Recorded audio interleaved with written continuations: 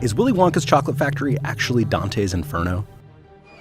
Willy Wonka and the Chocolate Factory is a classic children's story. It seems like a delightful romp through a magical candy factory, but is it actually a trip to hell? Now, before we ruin your childhood, it's helpful to know about Dante's Inferno, one of the most famous poems ever written.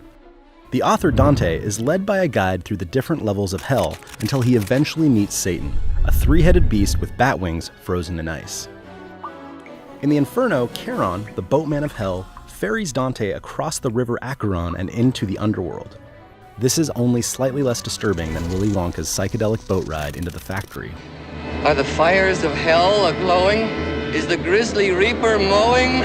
Yes, the danger must be growing, for the rowers keep on rowing, and they're certainly not showing any signs that they are slowing!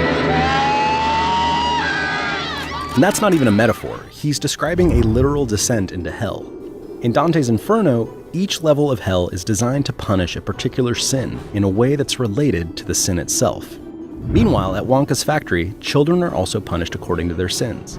Augustus Gloop is so gluttonous for chocolate that he almost drowns in a river of it. Greedy Veruca Salt falls down a trash chute chasing a golden egg.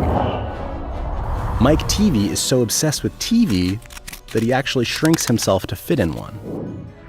Violet committed theft when she stole the experimental gum that turned her into a giant blueberry. At the end of Charlie's journey through the factory, he gets into a glass elevator and flies off into the sky. At the end of the Inferno, Dante climbs up the body of Satan himself and ascends to heaven.